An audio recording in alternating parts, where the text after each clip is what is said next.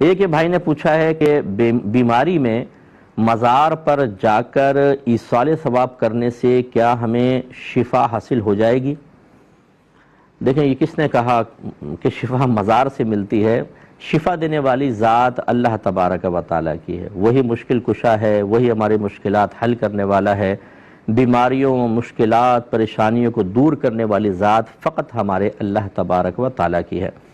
لیکن اللہ تعالیٰ کی طرف متوجہ ہونے کے لیے خود اللہ تعالیٰ نے اپنے حبیب کریم صلی اللہ علیہ وسلم کے ذریعے ہمیں بہت سارے وسائل اور ذرائع کی طرف متوجہ کیا ہے۔ جیسے خود قرآن میں اللہ نے فرمایا کہ وَلَوْ أَنَّهُمْ إِذْ ظَلَمُوا أَنفُسَهُمْ جَاءُوكَ فَاسْتَغْفَرُوا اللَّهَ وَاسْتَغْفَرَ لَهُمُ الرَّسُولُ لَوَجَدُوا اللَّهَ تَوَّابًا رَحِيمًا۔ اے حبیب، ان لوگوں سے کہیے کہ اگر یہ اپنی جانوں پر ظلم کر بیٹھیں، یعنی گناہ کر بیٹھیں، کیا کریں؟ 2 رکعت نماز پڑھ کے توبہ کریں، یہ اس کی بھی تلقین ہے یہ، لیکن یہاں کیا فرمایا؟ جاؤکا، آپ کی بارگاہ میں حاضر ہو جائیں، پھر یہ اللہ تبارک و تعالیٰ سے طلب مغفرت کریں، اور یہ رسول بھی ان کے لیے دعائے بخشش و مغفرت کریں، تو یہ ضرور اللہ تعالیٰ کو بہت بخشنے والا مہربان پائیں گے۔ اب دیکھیے، اپنے حبیب کی بارگاہ میں اللہ نے آنے کا حکم کیوں دیا؟ کیونکہ نبی کریم صلی اللہ علیہ وسلم جب استغفار کریں گے تو ہمارے استغفار میں ان کے استغفار میں زمین آسمان کا فرق ہے، اور مقبولیت کے امکانات بہت بڑھ جاتے ہیں۔ ایسے کوئی اس کا انکار نہیں کر سکتا کہ کعبۃ اللہ کے پاس جا کر دعا مانگے اور گھر میں دعا مانگے، فرق ہے کہ نہیں؟ روضہ رسول پہ دعا مانگے، اپنے گھر پہ مانگے، فرق ہے کہ نہیں؟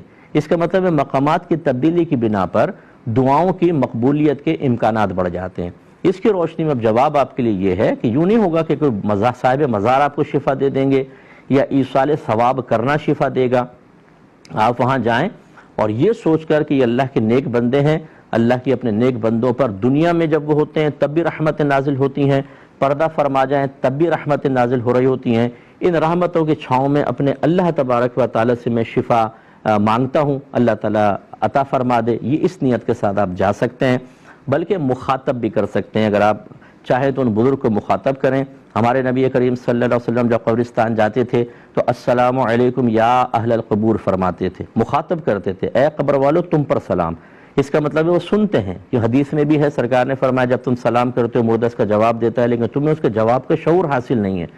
سلام بھی دعا ہے اور جواب بھی اس کی دعا ہے۔ اس کا مطلب ہے جو عام آدمی مردہ قبر میں ہے وہ بھی آپ کی آواز سنتا ہے اور آپ کو دعا دیتا ہے، تو صاحب مزار اگر اللہ کے واقعی نیک بندے ہیں تو آپ ان سے عرض کر سکتے ہیں اس طرح کہ حضور آپ اللہ کی بارگاہ میں میرے لیے دعا کر دیں کہ اللہ مجھے شفا عطا فرمائے۔ شفا صاحب مزار نہیں دے گا، شفا اللہ تبارک و تعالیٰ دے گا۔ ہاں، یہ ہو سکتا ہے کہ اللہ تعالیٰ ان کی زبان میں وہ تاثیر عطا فرمائے کہ وہ دعا کریں فوراً ہو جائے، یا بعض اوقات ایسا ہوتا ہے کہ کچھ فضیلتیں ایسی اللہ کسی کو دے دیتا ہے کہ وہ باعث شفا بن جاتے ہیں۔ جیسے حضرت عیسیٰ علیہ السلام اپنے زمانے کے لوگوں کو، خود قرآن میں ہے کہ میں مادرزاد اندھوں کو بینائی دے دیتا ہوں، جسم پہ ہاتھ پھیرتے تھے، کوڑ کا مرض، برس کا مرض ختم ہو جاتا تھا۔ تو یہ اللہ تبارک و تعالیٰ نے آپ کو دیا تھا، یہ معجزہ عطا فرمایا تھا۔ اسی طریقے سے کرامات بھی ہوتی ہیں۔